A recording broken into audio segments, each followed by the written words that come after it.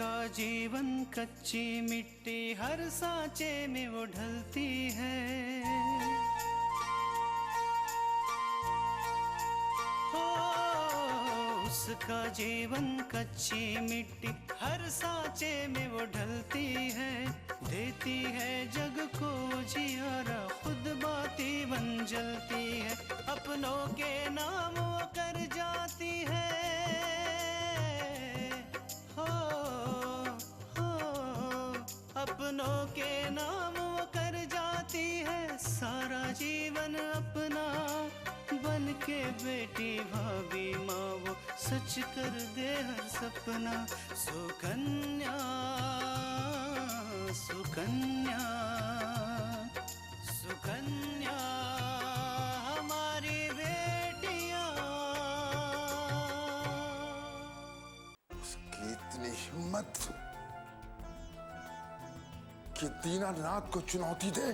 ठीक है बाबूजी, आपकी जमीन खाली हो जाएगी। पापा, मुझे अभी इसी वक्त बस्ती जाना होगा, वरना कोई भी प्रॉब्लम हो सकती है। लेकिन ये जमीन हमारे बाबूजी ने खरीदी है और हमारे पास इसके वैलिड पेपर्स हैं। और हमारे बाबूजी इस जमीन पर बिल्डिंग बनवाना चाहते हैं। कि ये लोग गरीब जरूर हैं, लेकिन ये अपने हक के लिए जरूर लड़ेंगे और ये जगह खाली नहीं करेंगे।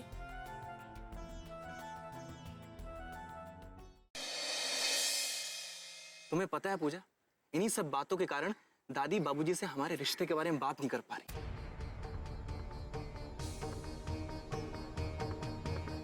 विशाल, मुझे तो लगता है कि इसके पीछे भी भाभी का ही हाथ है, क्योंकि वो तो चाहती नहीं है ना कि मेरी शादी तुमसे हो। लेकिन क्यों पूजा? क्योंकि विशाल, मुझे लगता है कि वो खुश नहीं है कि मैं इतने अच्छे घर में जा रही हूँ। वो मुझसे जलती हैं। विशाल, भाभी जब से आपकी माँ से मिलकर आई है ना जाने उन्हें क्या हो गया। इस रिश्ते के लिए तो वो हाँ कहती ही नहीं है, मना ही करती रहती है। माँ कृष्णा भाभी से मिली थी? हाँ, न जाने ऐसी क्या बात हुई है उनके बीच। भाभी जब से आपकी माँ से मिलकर आई है ना, उन्होंने माँ, भैया और बाबूजी को पता नहीं ऐसा क्या कहा है कि सब आपकी फैमिली के खिलाफ हो गए। जो भी हो पूजा, अभी कुछ दिन हमें चुप रहना हो। एक बार ये जमीन वाला मामला निपट जाए, उसके बाद हमारी दादी बाबूजी से हमारे रिश्ते के बारे में बात करेंगे। फिर तुम्हारी कृष्णा भाभी कितनी भी कोशिश कर ले, ये शादी तो होकर रहेगी।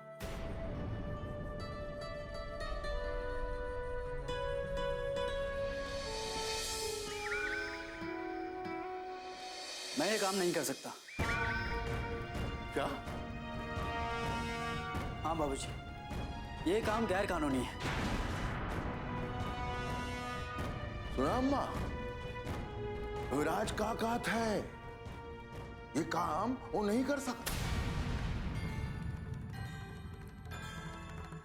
पूछो इससे, आज तक हमारा कौन सा काम इसने नहीं किया जो गैर कानूनी नहीं है? का हो बड़के, का भा है तुमको? ये भाषा तो हाल ना रही। दादी, हो सकता है कि इससे पहले मैंने इस बात पर कभी ध्यान नहीं दिया हो। मैंने आज से पहले भी कई बस्तियां खाली करवाई है, लेकिन आज जब मैं बस्ती खाली करवाने गया, वहां मैंने छोटे छोटे मासूम बच्चों को देखा और उन्हें देखकर लगा कि उन मासूम बच्चों के सर के ऊपर से मैं छत छीनने जा रहा हूं।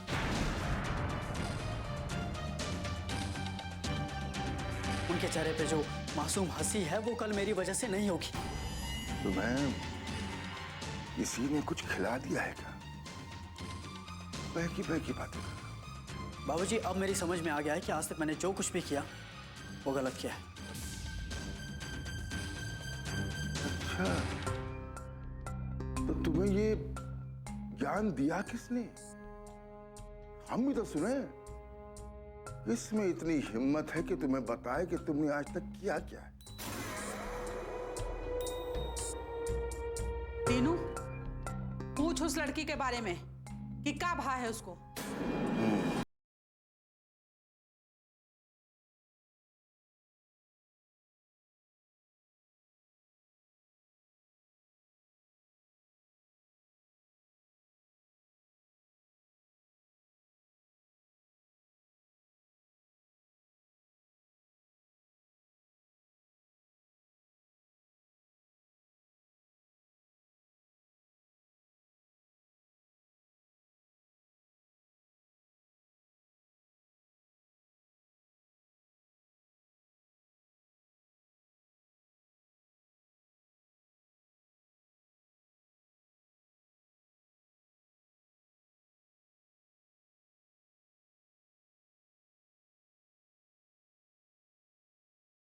100 बार सोच लेते। बाबूजी, आप जानते हैं कि मैं औरतों, बच्चों और बूढ़ों पर हाथ नहीं उठाता, और मैं उस लड़की के साथ ऐसा कोई व्यवहार नहीं करना चाहता था जिससे उसे परेशानी हो। वाह बड़के, वो लड़की की परेशानी तुम्हें नजर आवत है, पर अपने बाबूजी की परेशानी तोहरा के दिखाई नहीं देती। दादी, बात सिर्फ जमीन की नहीं है। बाबूजी जिस जमीन की तरफ देखें वो उनकी होगी। जमीन तो हमें वही चाहिए विराज, और दिलाओगी भी तभी। बाबूजी, मैंने आपसे कह दिया है कि मैं ये काम नहीं कर सकता, और ये मेरा आखिरी फैसला है।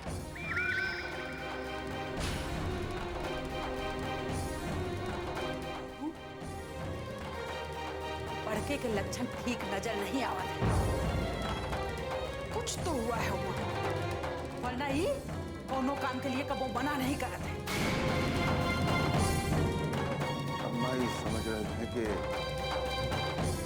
हमार काम के बिना नहीं चल सकते। ये भूलत है कि हम भी के बाप हैं। इतना बड़ा कारोबार मैं के बिना भी चला सकता है।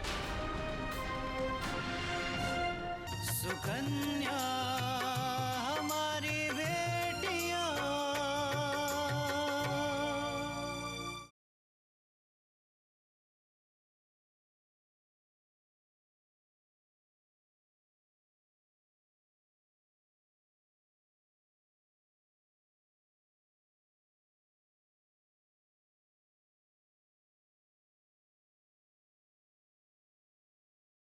सुकन्या हमारी बेटियां।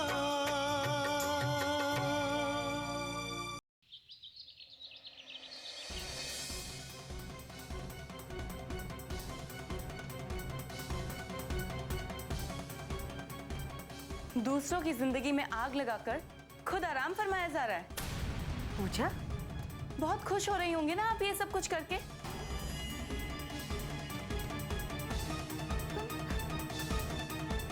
तुम ये क्या कह रही हो? हमारी समझ में कुछ नहीं आ रहा है। अपने ये भोलेपन का नाटक ना आप माँ या भैया के सामने ही दिखाइएगा। मेरे सामने ये नाटक नहीं चलने वाला।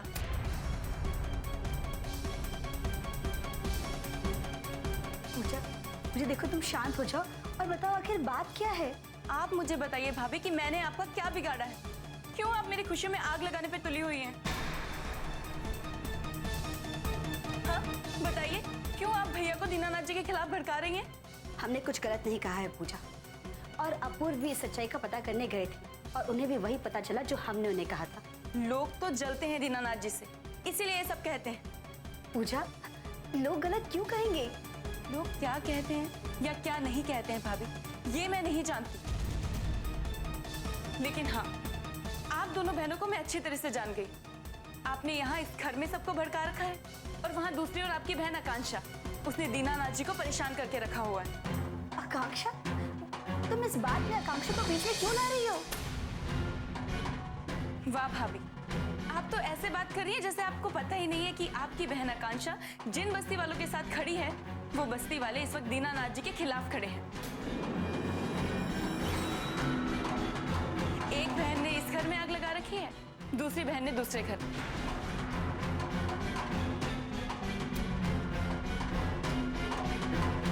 आपको तो पता भी नहीं है भाभी कि इस वक्त दीनानाथ जी के परिवार पर और विशाल के दिल पर क्या बीत रही है। पूजा,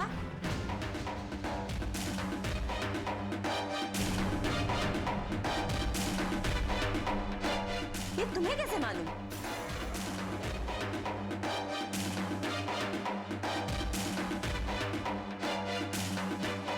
तुम्हें कैसे पता कि दीनानाथ जी के क्या हो रहा है और विशाल के साथ क्या हो रहा है? मैं तुम अभी भी विशाल से मिलती हो, उससे बातें करती हो, है ना?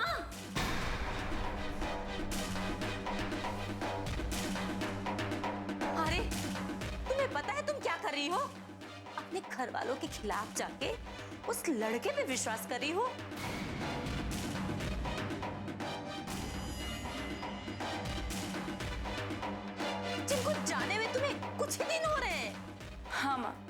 मैं मानती हूँ कि अभी कुछ दिन पहले मैं विशाल से मिली थी, लेकिन माँ विश्वास कीजिए, मैं विशाल को अच्छी तरीके से पहचान चुकी हूँ। विशाल एक अच्छा लड़का है। अच्छा लड़का है, हाँ? तभी तो तुम्हें अपने परिवार के खिलाफ वो भड़का रहा है।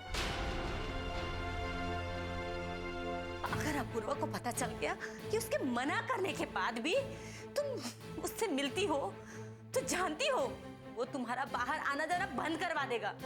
फिर बैठे रहना घर में। और ये जो मोबाइल तुम्हें जन्मदिन पे दिया था ना, वो भी तुमसे ले लेगा। माँ सही कह रही है, भैया ऐसा कर सकते हैं। फिर मैं विशाल से कैसे मिलूं? नहीं नहीं, मुझे माँ को मनाना चाहिए। उनको यकीन दिलाना होगा कि आज के बाद मैं वही करूंगी जो वो कहेंगी। तुम सुन रही हो ना पूजा? मुझे माफ कर दो माँ। मुझे समझ ही नहीं आ रहा है कि क्या सही है और क्या गलत। जब मैं विशाल से बात करती हूँ तो मुझे लगता है वो सही, जब आपसे बात करती हूँ तो लगता है आप सही। पूजा, तुम हम लोगों पे विश्वास करो, हम सब तुम्हारा भला ही चाहते हैं। ठीक है माँ, लेकिन माँ प्लीज आप ये सब भैया को मत बताइएगा, वरना उन्हें बहुत बुरा लगेगा। ठीक है पूजा, हम नहीं बताएंगे, लेकिन आज के बाद तुम्हें हमारी बात माननी होगी, समझी? जी माँ, मैं वही करूंगी जो आप मुझे कहेंगे। भाभी मुझे माफ कर दीजिए, गुस्से में आके मैंने ना जाने क्या क्या कह दिया। कोई बात नहीं पूजा, जिस दौर से तुम गुजर रही हो उसमें ऐसा होता है, सही गलत का पता ही नहीं चल पाता है। तुम हमारी अपनी हो पूजा, और तुम्हारे साथ कुछ भी गलत होते हुए हम नहीं देख सकते। जी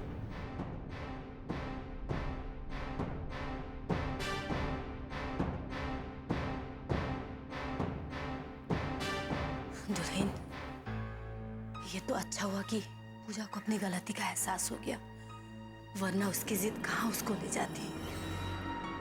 अब बिल्कुल चिंता मत कीजिए माँ जी। दुल्हन, अगर पूजा बात नहीं समझती और नादानी में कुछ ऐसा वैसा कदम उठा लेती तो मैं तो अपने आप को माफ नहीं कर पाती। पूजा बहुत समझदार लड़की है, वो इस घर के खिलाफ कोई कदम नहीं उठाएगी।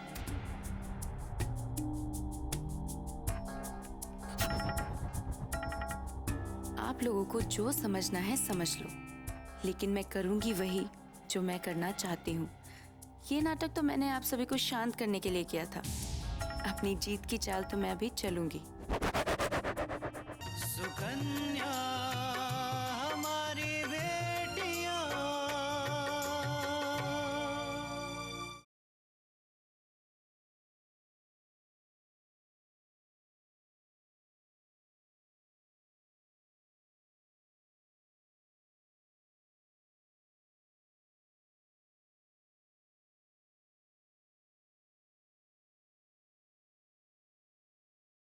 सुकन्या हमारी बेटियां।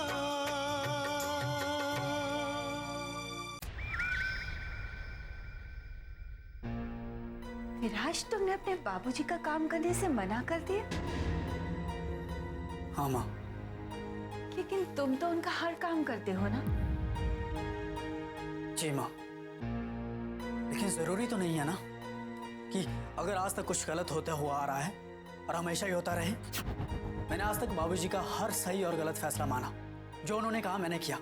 लेकिन बाबूजी है कि विराज, तुम्हारे बाबूजी जो कुछ भी कर रहे हैं इस परिवार के लिए कर रहे हैं। मैं नहीं चाहती कि तुम्हारे मन में उनके लिए कभी भी कोई गलत ख्याल आए। माँ, बाबूजी जो कर रहे हैं वो अपने अहम के लिए कर रहे हैं। और रही मेरी बात, तो मैंने तब कुछ नहीं कहा जब बचपन में उन्होंने मुझे इस काम पर लगा दिया था। मैंने तब कुछ नहीं कहा जब बीच में उन्होंने मेरी पढ़ाई रुकवा दी थी। मैं सब कुछ समझती हूँ बेटा, तुम्हें कुछ भी कहने की जरूरत नहीं है। माँ जानती हो उन्होंने मुझे किस लड़की को धमकाने के लिए कहा? किसे? माँ, ये वही लड़की है जिसने एक बूढ़ी औरत को अपने बेटे से बचाया था, आकांक्षा।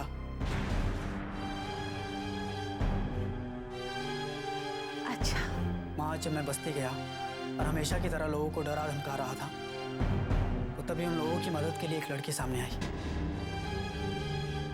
वो लड़की आकांक्षा थी माँ।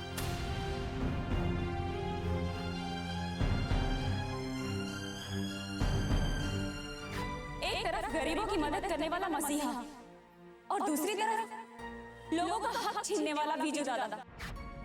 इन लोगों ने एक एक पैसा इकट्ठा करके ये जमीन खरीदी है, इस पर अपना आशियाना बनाया है, और तुम इनके सर से इनकी छत छीनना चाहते हो।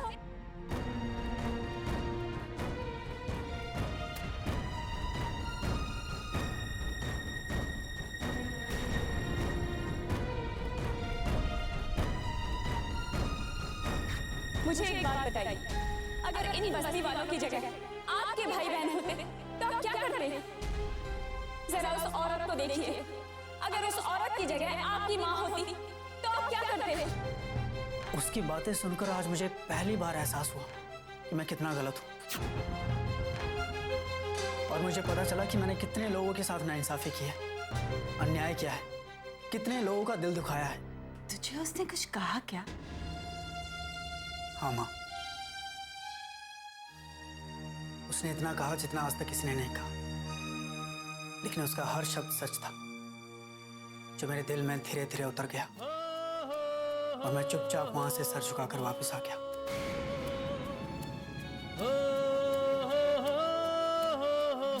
आप मेरी बात सुन रही है ना माँ? हाँ हाँ विराज। माँ पता है, बात आकांक्षा की नहीं है, बात सही और गलत की है। आज जब मुझे एहसास हो गया कि मैं जो कुछ भी कर रहा हूं वो गलत है, तो माँ आज के बाद मैं कभी बस्ती खाली करवाने का काम नहीं करूंगा। माँ, आप मेरे इस निर्णय से नाराज तो नहीं है ना? नहीं विराज, मुझे तो बहुत खुशी कि तुझे सही और गलत का अंतर करना आ गया। मैं हमेशा तेरे साथ हूँ। आकांक्षा, काश ऐसी लड़की मेरे विराज की जीवन साथी बन जाए, क्योंकि ऐसी ही लड़की विराज को जिंदगी में सही और गलत का फर्क समझा सकती।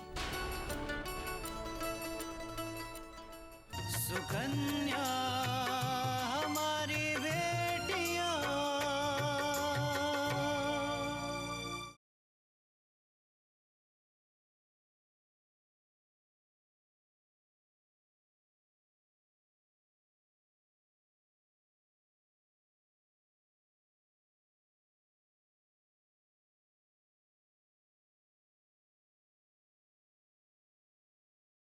सुकन्या हमारी बेटियां।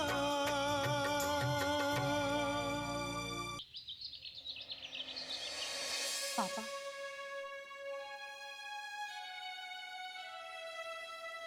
आप तो सोच भी नहीं सकते, जब मुझे पता चला कि विराज और विजू दादा एक ही इंसान है, तो मैं बहुत हैरान हो गई थी।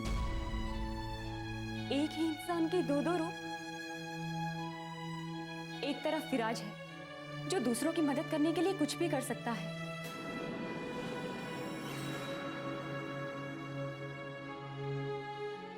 और दूसरी तरफ विजू दादा जो अपने पिता के गैर कानूनी कामों को पूरा करने के लिए किसी भी हद तक जा सकता है। आकांक्षा, तुम्हारी बात सुनकर मुझे भी हैरानी हो रही है, कि तुमने ये कहा था कि विराज बहुत अच्छा इंसान है, और मुझे तो यकीन ही नहीं हो रहा कि विराज ही विजू दादा है जिससे बस्ती वाले कांपते हैं।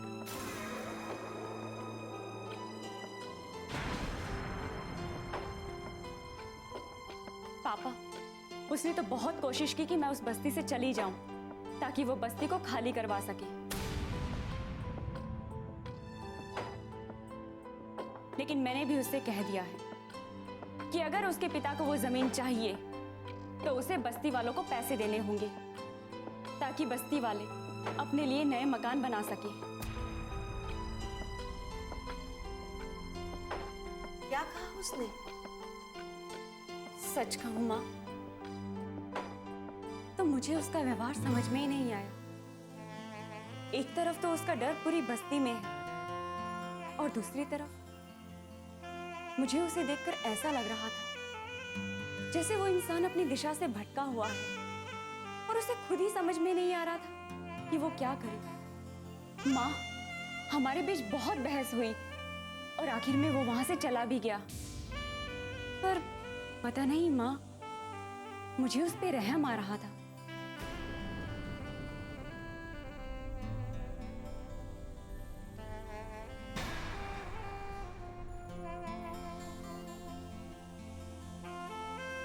आकांक्षा, तुम्हें उस विजू दादा पर रहम करने की कोई जरूरत नहीं है।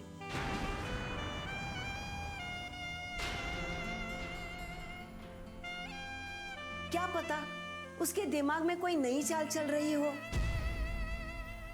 और तुम्हें बेवकूफ बनाने के लिए वो वहां से चला गया हो। जो कुछ भी हो माँ, लेकिन जब कभी भी वो मेरे सामने आया है मुझे उससे कभी डर नहीं लगा।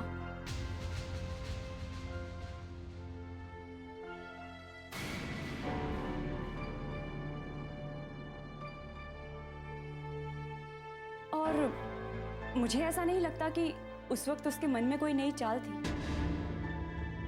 वो सब तो ठीक है आकांक्षा बेटा, लेकिन तुम्हें अपना हर कदम बहुत संभाल संभाल कर rखना होगा, क्योंकि ऐसे लोगों का कोई भरोसा नहीं, वो कभी भी कुछ भी कर सकते हैं। हाँ पापा, मैं अपना ख्याल रखूंगी और ये कोशिश करूंगी कि ये मामला जल्द से जल्द सुलझ जाए।